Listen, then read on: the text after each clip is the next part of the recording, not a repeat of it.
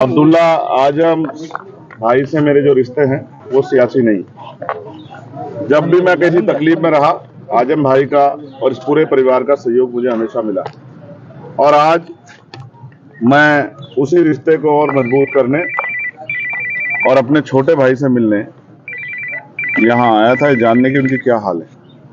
मुझे बहुत खुशी हुई। मैं सोचता था कि जेल में है तो परेशान होंगे, लेकिन जिस ताजगी के साथ मुलाकात हुई इससे ये पता लगता है कि वो बहादुर आदमी अपनी लड़ाई को लड़ रहे हैं और जो हालात हैं वो उससे वो किसी छिपे हुए नहीं। मैंने उनके मुकदमे को भी पढ़ा है, ऑर्डर भी पढ़े हैं, किस तरह की चीजों में उनके सजा हुई भी पढ़ी है। मैं बस ये कहना चाहता हूँ मीडिया को के माध्यम से, जिनको कहना चाहता हूँ उनको चला जाएगा।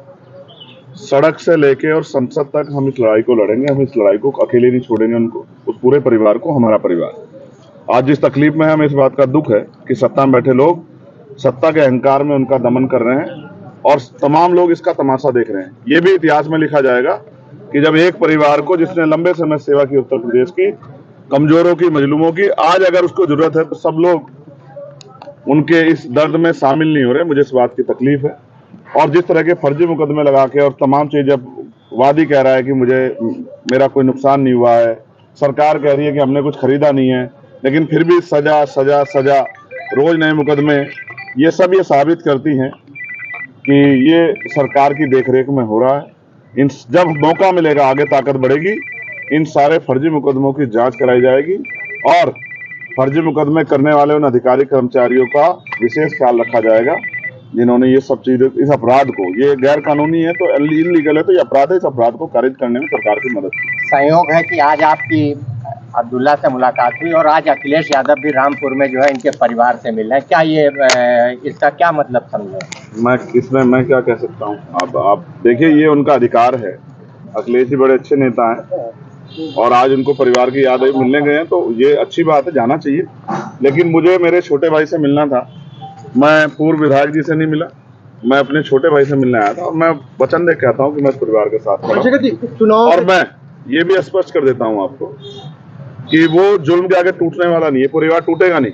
मैंने उनकी वालिदा को देखा, पूर्व एमपी साहब को, क्या हालात थे उनके मैं जानता हूँ। लोग बताते थे कि उठ नहीं पाती थी, 2 लोग पकड़ के ले जाते थे बाथरूम, तब भी उन्होंने इतना जुल्म सहा, सिर्फ इसलिए कि आजम भाई की पत्नी है। अभी आपने कहा कि कुछ लोग साथ नहीं दे रहे हैं, किसकी तरफ इशारा था? नहीं, मेरा एडमिनिस्ट्रेशन और जो सिस्टम है उससे मैं वो कर रहा हूँ। आप अखिलेश जी की तरफ मत ले जाइए। मैं सिर्फ ये सिस्टम से सवाल खड़ा कर रहा हूँ कि जो सिस्टम है, न्यायपालिका पर हम भरोसा करते हैं, लेकिन अगर जज साहब कहें कि हम मजबूर हैं, हमारे ऊपर दबाव है, तो फिर न्याय कैसे मिलेगा? मुझे एक खतरा और है, ये मेरा पर्सनल है, मेरे बहादुर छोटे भाई ने मुझसे नहीं कहा।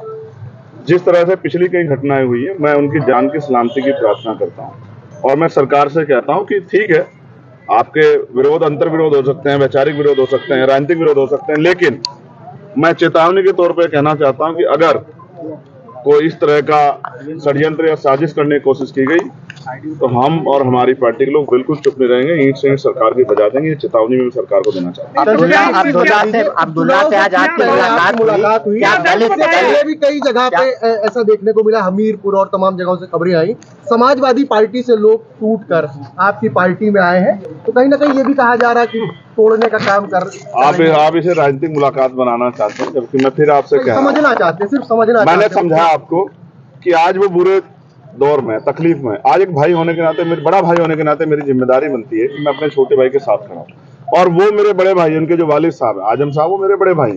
जब मुझे गोली लगी थी वो पूरा परिवार आया था, हजारों लोगों के साथ, 2 घंटे मेरे दुख में शामिल हुआ और मुझसे कहा कि घबराना मत मेरे भाई। तब मैं सांसद भी नहीं था।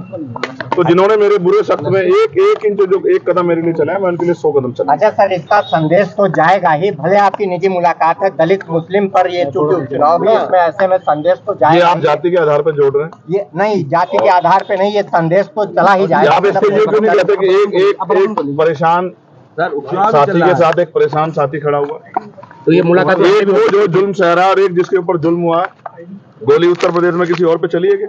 पिछले साल से सर बंद है, 1 साल हो गया, इससे पहले भी मुलाकात नहीं पता है।